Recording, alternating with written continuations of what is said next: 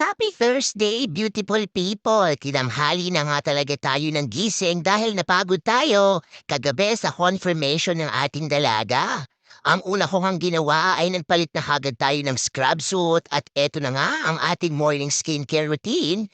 Pagkatapos natin gumamit ng orange soap ay nagkape din tayo ng ating sunscreen at vitamin C serum para naman maganda ang kutis. Kaya naman, maarte yarn!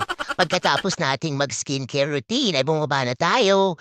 At ayan na nga si JJ nakahiga pa rin dahil pati siya ay napuyat. Para sa almusal nga ng ating mga bagets ay nagluto ako ng isang pack ng chicken noodle soup at nakita niyo naman ang ating ligpitin. Marami nga tayong hugasin at habang niluluto natin ang kanilang almusal, ay niligpit ko muna ang ating kitchen counters dahil alam na alam niyo by now na ayaw talaga natin ng kalat at allergic tayo dyan kaya naman linisin muna natin. Ito ang mga ginamit natin sa handaan natin kagabi. Ibinalik ko muna ang malalaking items katulad ng mga kaldero at kawali. At nakapag-take home nga tayo ng napakaraming cookies at meron din na uwi si ate na Rice Krispy Treats. Tapos na ngang maluto ang kanilang almusal at nilagyan lang natin ng konting bahaw yan. Ito namang chapsuy ay naiwan natin sa microwave. Buti nila at malamig sa buong bahay. Kaya naman inilipat ko muna yan sa small containers at pwede pa nating ulamin yan mamayang gabi. Pagkatapos kong linisin yan, ay niligpit ko na ang ating kitchen counter at nakiusap na ako na kung pwede bandalahin ni Daddy ang ating paperwork sa ating office at pumayag naman siya. Kaya ako ang maghahatid sa mga bagets dahil siya ay pupunta pa nga sa aking opisina. Mabuti na lang talaga at on the way ang aming office sa work ni Daddy.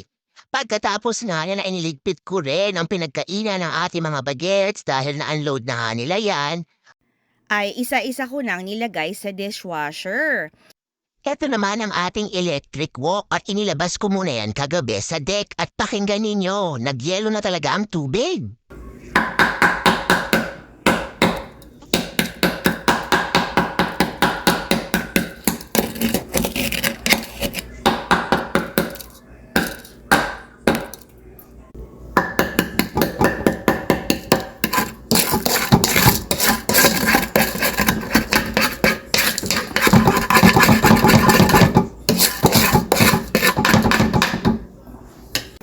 Ganyan nga kalamig dito sa lugar namin, kaya kung gusto mong magpalamig ng soft drinks or juice, ilabas mo lang yan at tiyak na lalamig na yan ng bonggang-bongga.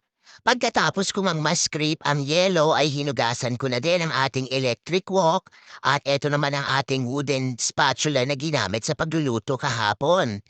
Ready na nga tayong maghatid sa ating mga bagets at sumakay na kagad si JJ. Si ate nga ay nag-aayos pa rin. Diyos ko dahil talaga namang napakatagal. At nakikita niyo ba yung mga bulaklak na yan? Talaga namang parating na ang spring kaya excited na si mama. Dahil pwede na tayo ulit magtanim.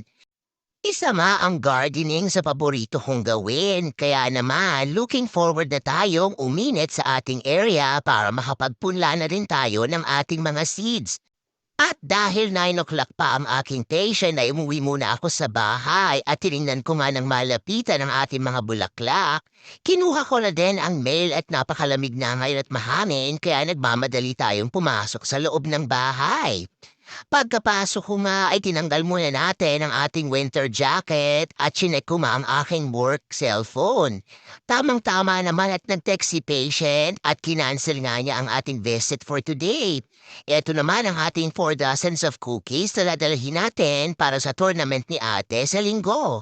Siyempre si mama ay back to documentation muna dahil wala nga tayong trabaho ay nagpalit muna tayo ng ating regular clothes. Ito nga ang ginawa natin maghapon dahil hindi natin naharap ang ating computer sa kabisihan ng buhay sa pagluluto kahapon para sa confirmation ni ate. Kaya naman, ginugol ko talaga ang oras ko para tapusin ang ating computer works. Mag-aalas 12 na nga at nakaramdam na si mama ng gutom at eto nga ang ating spaghetti na handa pa kagabi. Inantay ko talaga ang lunch dahil kakain tayo ng bonggang-bonggang mango cake. Dahil matamis yan at maraming calories ay talaga namang nag-fasting tayo ng 18 hours at pinabongga pa natin yan dahil nilagyan natin ng extra frosting. Ang spaghetti naman mas pasarapin pa natin at lagyan natin ng shredded cheese. Mag-e-enjoy talaga tayo ngayon dahil hindi natin kailangang magmadali at hindi tayo kailangang mag-drive to work. Kaya naman slow day ito para kay mama at gustong-gusto ko yan. Minsan talaga, gusto rin nating magkaroon ng isang araw na kapagpahinga tayo sa pagluluto at nangyari nga yan today dahil noodles lang ang aking ipinrepare para sa ating mga bagets. Napakasarap na ng ating spaghetti at loaded na loaded yan with meatballs and sausages kaya naman kakain na yan. Talagang nagtiis gutom si mama at nag-fasting nga tayo ng 18 hours para sa ating first meal of the day at sulit na sulit naman yan dahil talaga namang napakasarap ng ating pagkain. Bihira din naman tayong kumain ng ganito kabongga dahil alam niyo naman sa work, sandwiches lang or crackers ang nakakain natin sa araw-araw. Ako mari lang sumundo kay JJ at si ate nga ay maiiwan pa sa school dahil siya nga ay umaten ng Bible Club at meron tayong nadaan ng ginigibang building. Ang dinner nga namin ni Daddy ay shrimp tempura at napakasarap din ito. Gamit nga ang ating air fryer, nilagyan lang natin yan ng oil at isinalang for 15 minutes. Talaga namang napakasarap at napakalutong. Isa nga yan sa paborito naming ulam ni Daddy at meron tayong stock sa freezer niyan dahil mabilis nga lang lutuin. Nagsaing na rin pala ako dahil wala na tayong kanin for tomorrow. At ang pagkain nga ng ating mga bagets ay ang spaghetti with meatballs. Nakapagpahinga ng bongga si Mama kaya naman maraming salamat po Lord. Yan lang muna for today's video. Remember, every guessing is a blessing.